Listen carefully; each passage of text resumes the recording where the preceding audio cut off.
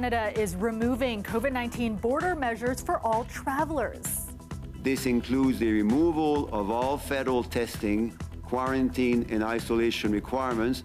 People will also no longer need to provide proof of vaccination when entering Canada or wear masks on planes and trains. Plus, you can't even tell where my house was.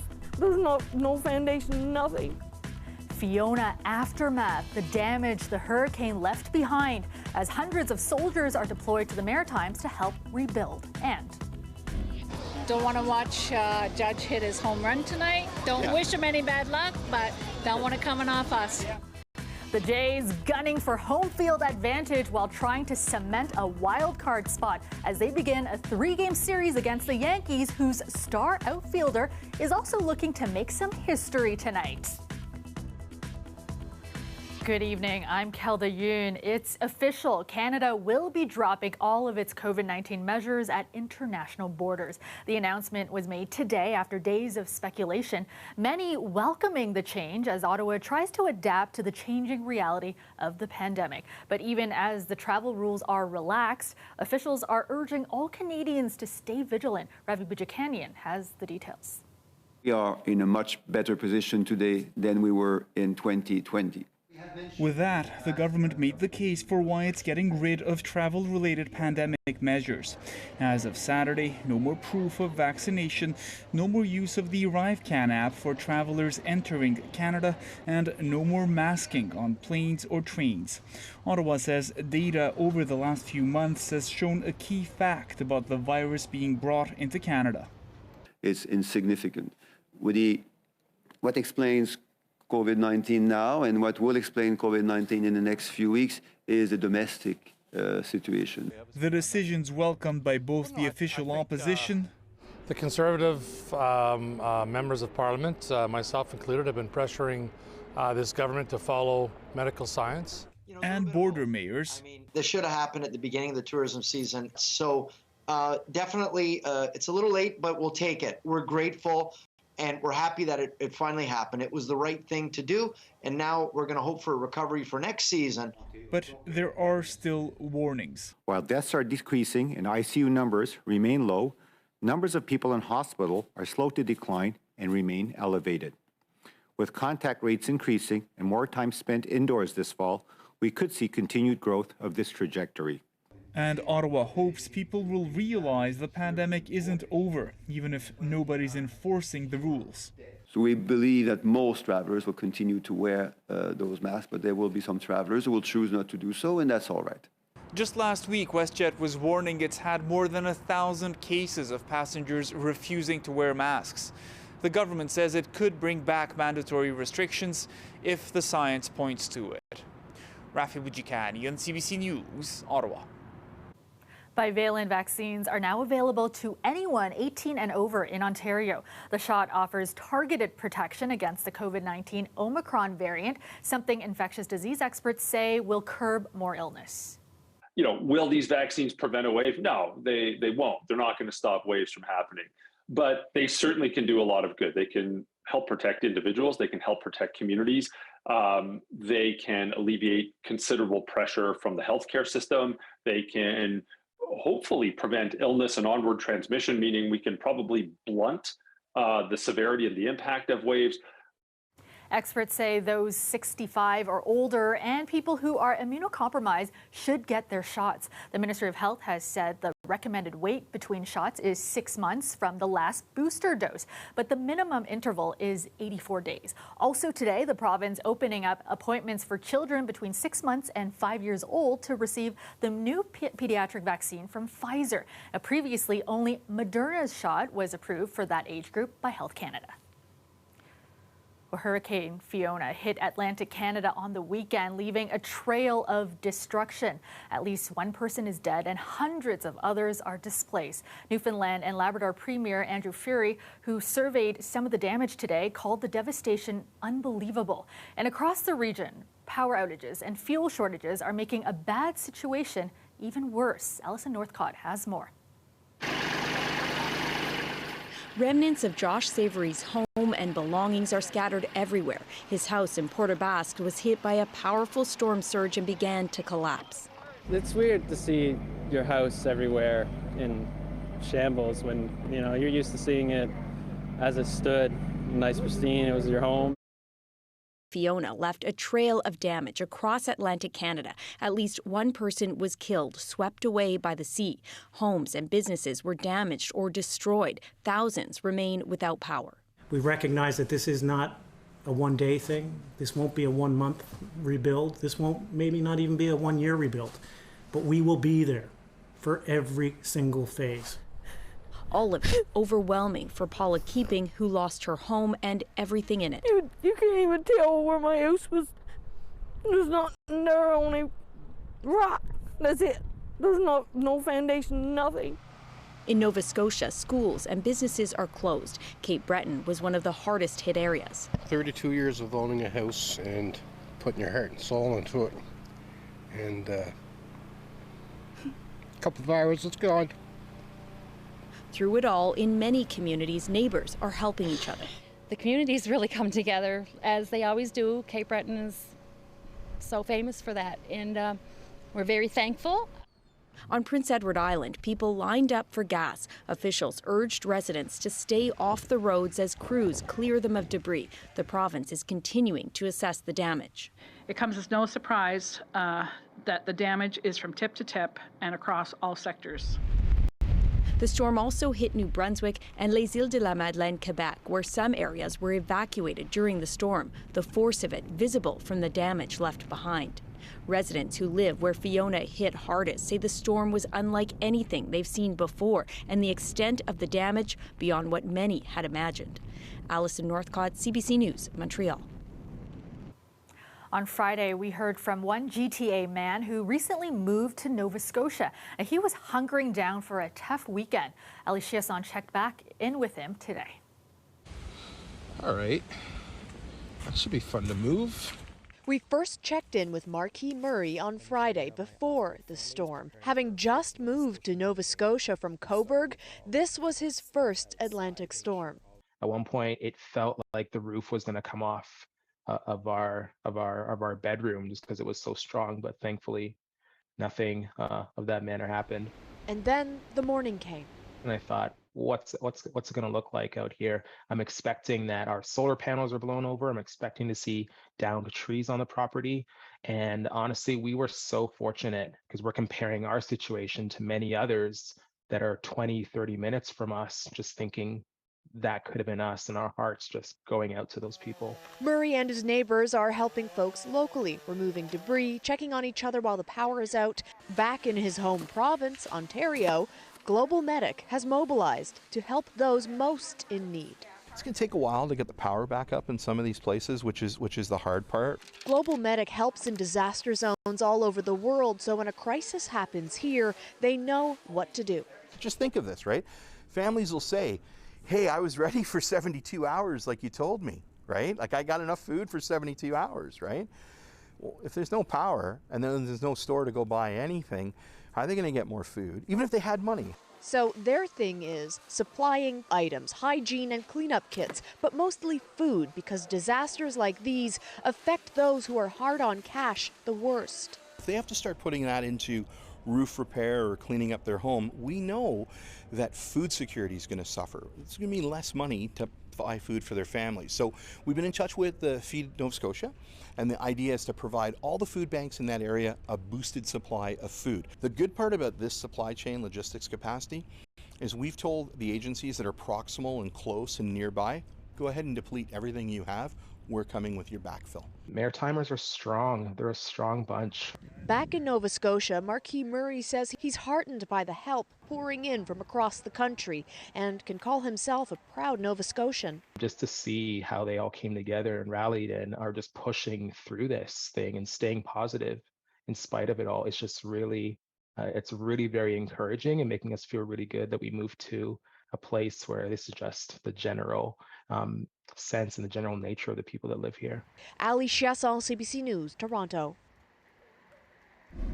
In response to the devastating impacts of Hurricane Fiona, Joint Task Force Atlantic, 5th Canadian Division, Canadian Rangers, local reserve units, Royal Canadian Air Force aircraft and crew, and Royal Canadian Navy ships, small vessels and crew in the region are all on standby and helping wherever needed.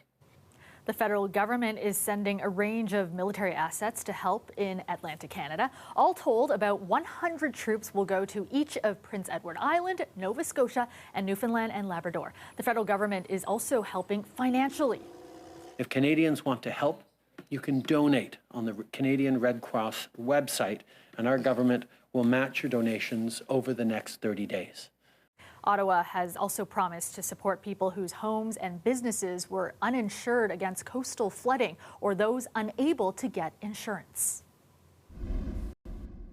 Let's go to Dahlia Ashry now with a first look at your forecast. And Dahlia, a gloomy and damp one to start the work week. That's right, Kelda. I mean, we did see some rain throughout the weekend as well. The daytime today, well, it was a gloomy one and rainy. And if you didn't have your umbrella for today, well, you're going to need it tomorrow. And there's some chilly nights ahead, but there is some light at the end of the tunnel, which we'll get to in a bit.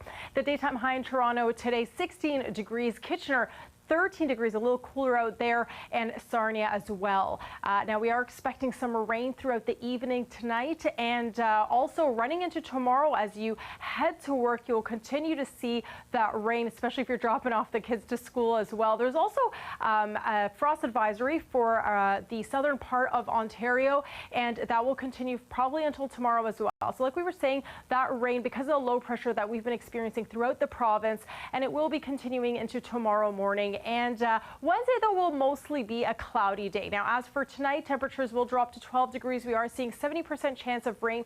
As for tomorrow, there's a risk of a thunderstorm. So if you didn't bring your umbrella to work earlier today, make sure you have it for tomorrow. Kelda? Thanks so much, Dahlia. The Blue Jays coming out with a big win over the Yankees tonight. The game wrapping up just about half an hour ago after going into extra innings. Now, it's the first of a 3-game series in Toronto between the two teams. With just a week and a half left of the season, the Jays trying to cement a wild-card playoff spot and get home field advantage. But tonight, all eyes also on a certain Yankees outfielder. Patrick Swadden has more. Today's my birthday, so we're hoping if any days he's going to do it, today's the day to do it. Alex Ostroy didn't get the birthday present he was hoping for. He came all the way to Canada to see Aaron Judge hit his 61st home run, which would tie Roger Maris's 61-year-old American League record. That moment will have to wait another day. And lined into left, a base hit. But Jays fans did get what they came for.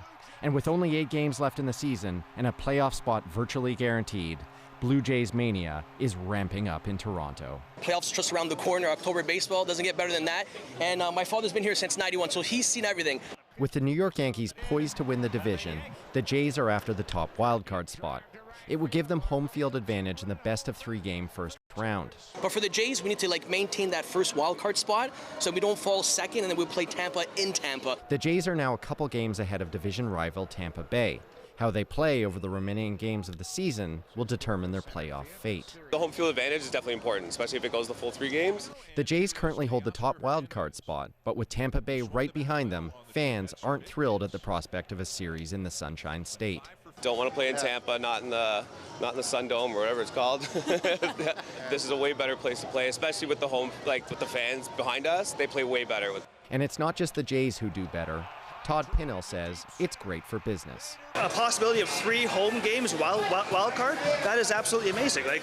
Not just the people coming down for the game itself at Rogers Centre, just the vibe the city will be in. Being right next to Rogers Centre, Johnny Prokost still thinks about the last time the Jays made the playoffs, including that moment we all remember from 2015. So I still get goosebumps to think about when Batista just flipped the bat and stuff, the stadium just erupted. I hope we can relive that this year with Guerrero and all those guys. So let's see what happens. Patrick Swan, CBC News, Toronto. Welcome back. The province's police watchdog has been called in to investigate after 2 men died in a crash in Hamilton late last night. Shortly before 11 p.m. last night, Hamilton police had an interaction with a motor vehicle on John Street. Shortly thereafter, there was a motor vehicle collision involving 2 vehicles. SIU has since invoked their mandate. One man in his 30s and another in his 40s both died in the crash. 2 other people were injured. The Special Investigations Unit says police had an interaction with a man who was driving erratically. The SIU says the car fled from officers before striking another vehicle. The Ontario government says about 400,000 jobs are going unfilled in Ontario, and it's costing our economy. So today, the province announced a 3rd round of funding to the tune of $90 million. That money set aside for the Skills and Development Fund, which gives money to innovative training projects. The greatest economic challenge that we're facing in Ontario is the labour shortage. I am calling on employers in every sector to step up, give us your proposals to help lift people up. This round of funding will prioritize people with criminal backgrounds, people with disabilities, Indigenous people, and newcomers. Now, submissions for funding opens up September 29th and closes January 31st. Meanwhile, the government of Alberta has launched an ad campaign to tempt frustrated Torontonians to take their skills west. Posters hanging in subway stations highlight the benefits of living and working in Alberta. But are the promises of no HST and cheaper housing prices enough? Natalie Collada finds out. Go west, young man, go west, they said. And Yash Chahan did. If you want to live a rich life, and maybe die poor, you should come to Alberta. And if you if you want to live poor and die rich, you should probably stay in Toronto. In February, he uprooted his life in Toronto and headed to Alberta. I actually moved to Canada about 3 years ago, and obviously, given the extremely high rents in Toronto, and then how real estate prices moved up during the pandemic, and obviously everyone wants to own a house. Calgary seemed like a good idea. That same idea now literally plastered along the walls of one of Toronto's busiest subway stations. A move by the government of Alberta to lure fed-up Torontonians. The housing costs, job prospects, increased cost of living in the city specifically. I felt it personally, and I've looked at Alberta specifically for a new place to live. The campaign highlights over 100,000 job vacancies in Alberta, with 78% of Alberta businesses reporting shortages restricting their ability to meet demand, and also compares the cost of living, touting a slightly higher weekly earnings in Alberta over those in Ontario, no HST, and significantly lower cost of housing. The campaign by itself may cause more people to look into it, but I don't think it's a huge factor. The advertising campaign, that is. Experts say there are more factors at play. Some of the other factors that are much bigger than just the housing cost is our job opportunities. If you look at the distribution of industries in Ontario and Alberta, Alberta's economy is more narrowly based on oil, gas, and other extractive industries like mining. Mountains are just, 45, 50 minutes away. As for Yash, it's worked out. He was able to keep his Toronto job and work remotely from his new home in Calgary. It's just easier here because I'm paying the same amount of, my mortgage is basically same as my rent in Toronto. Natalie Collada, CBC News, Toronto. And this is a live shot of the Toronto skyline, cloudy with light showers tonight, and that will continue into the overnight. Currently, it is 13 degrees in the city. Let's go back to Dahlia now with a more detailed look at your forecast. And Dahlia, will need to keep our umbrellas handy tomorrow.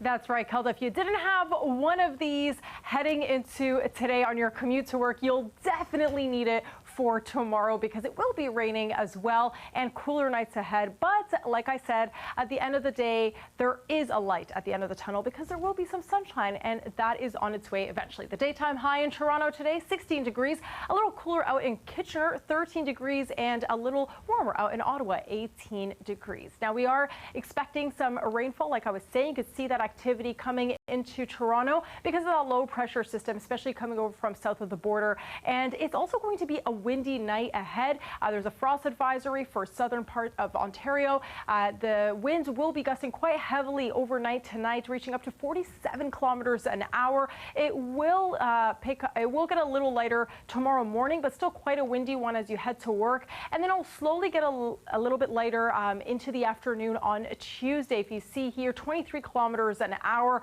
and not as windy actually out in Oshawa. But like I said, we will be seeing some windy conditions coming back throughout the end of the day. Now tonight, temperatures will drop to 12 degrees.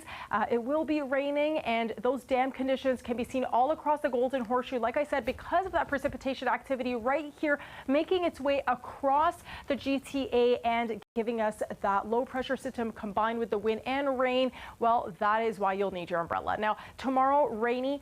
Wednesday, it will be mostly cloudy, so some peaks of sunshine here and there, but for the most part, it's going to be cloudy conditions and a windy one. Thursday, Friday, and Saturday, back to those dry conditions, that sunshine on the way. But as we take a look here, well, we're back down to those single digits by the evening, so some cooler nights ahead. We were blessed a little bit for a while with those double digits overnight for the past few days, but we're back to those single digits, quite seasonal temperatures as it is fall. Kilda? Thanks so much, Dahlia. Finally tonight, the Toronto Argonauts are looking to clinch home field advantage for the upcoming CFL playoffs. But before heading to Calgary for a game against the Stampeders, the team spent some time at Holland Bloorview Hospital today, visiting with kids. It feels amazing. It feels amazing just to be in the presence of these kids who exhibit what real strength is all about. Right now we're playing some catch with the kids. We got a little obstacle course where we put them through the cones and they score a touchdown. The visit marks the team's biggest community appearance of the year. 25 players were on hand, meeting with children and distributing gifts, taking pictures, signing autographs, and playing football. Holland Bloorview is the only children's rehabilitation hospital in Canada focused solely on pediatric disability. And that is our show for you tonight. Thank you so much for watching. Dwight Drummond has your next local newscast tomorrow at 6. I will see you back here tomorrow night at 11. Have a great night, everyone.